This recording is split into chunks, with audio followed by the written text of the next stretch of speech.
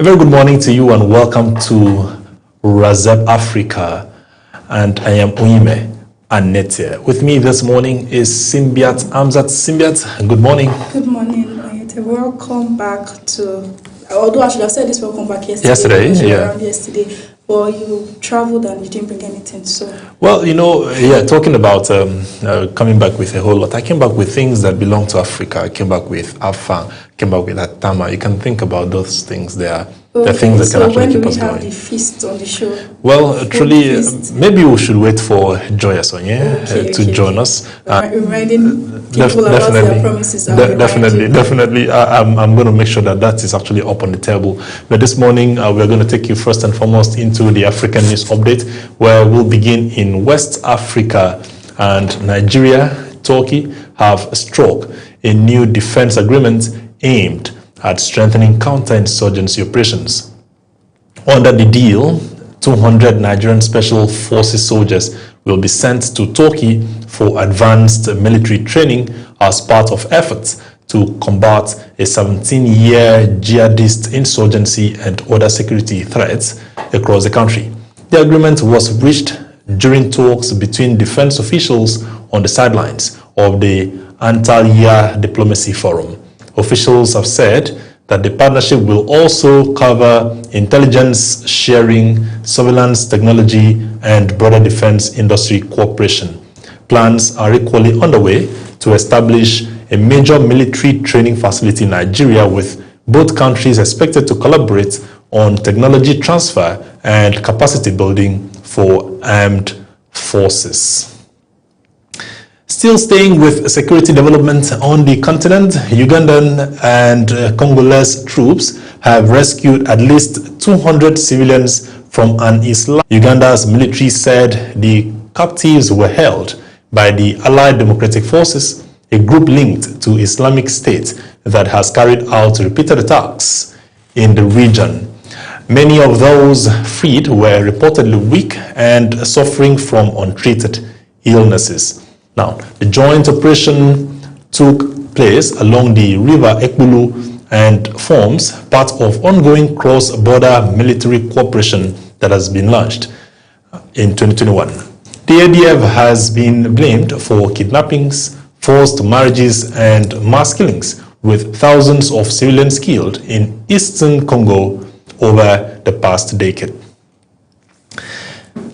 With diplomatic tensions which are also rising in the Horn of Africa, where Israel is facing criticism over its decision to appoint an ambassador to Somaliland. A group of Muslim-majority nations condemned the move as a violation of Somalia's territorial integrity, while the African Union warned it could undermine regional stability. Israel formally recognized Somaliland in December and has since moved to strengthen relations. Reports suggesting a possible Israeli military base in the territory have heightened concern, with analysts warning the development could reshape security dynamics around the Gulf of Aden. Let me now take you as we make a turn to Southern Africa, where Mozambique is seeking to deepen ties with China to boost industrial growth and infrastructure development. President Daniel Chapo toured manufacturing hubs during his state visit, highlighting interest in adopting advanced production systems and modern logistics. Officials from both countries signed agreements in areas including green energy, agriculture, and industrial development. Mozambique have come to say that Chinese investments could help modernize farming, improve transport networks, and also accelerate border economic transformation. And now I take you to economic cooperation, which is also taking shape in South Africa, where the United States has committed $50 million to a rare earth project in Limpopo province.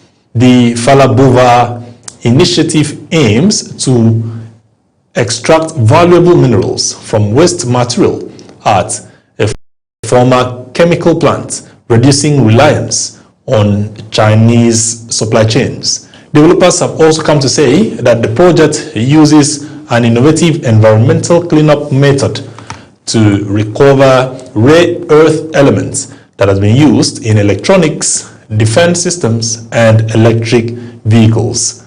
Production is expected to begin in 2028, with the investment seen as strategically important despite diplomatic tensions between Washington and Pretoria. I take you over now to regional diplomacy beyond Africa. It is also in focus as Egypt hosts a U.S. envoy for talks on Sudan, Lebanon, and Iran.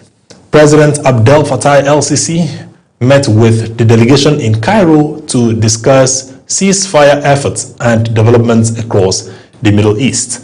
The discussions come amid rising tensions after the U.S. forces seized an Iranian flag cargo ship near the Strait of Hormuz. Iran condemned the move, while Israel confirmed another round of talks with Lebanon, signaling continued diplomatic engagement with them. And lastly, I'll now also move you up to Africa, and this now will go to South Africa, where I'll tell you that there is mourning, where we have the death of Cynthia Shange, who is widely regarded as the first black woman to represent the country at the Miss World pageant during apartheid. The trailblazing beauty queen and actress died at the age of 76 after a brief illness, according to her family. Now, Shange rose to prominence in the 1970s when black women were barred from competing in Miss South Africa, leading to the creation of alternative pageants. And tribute have come out to pour enormously in celebrating her legacy as a pioneer who broke racial barriers and paved the way for greater representation on the global stage. And that has been African News Update on Razep Africa. Welcome to Razep Africa, the heartbeat of the continent in one show.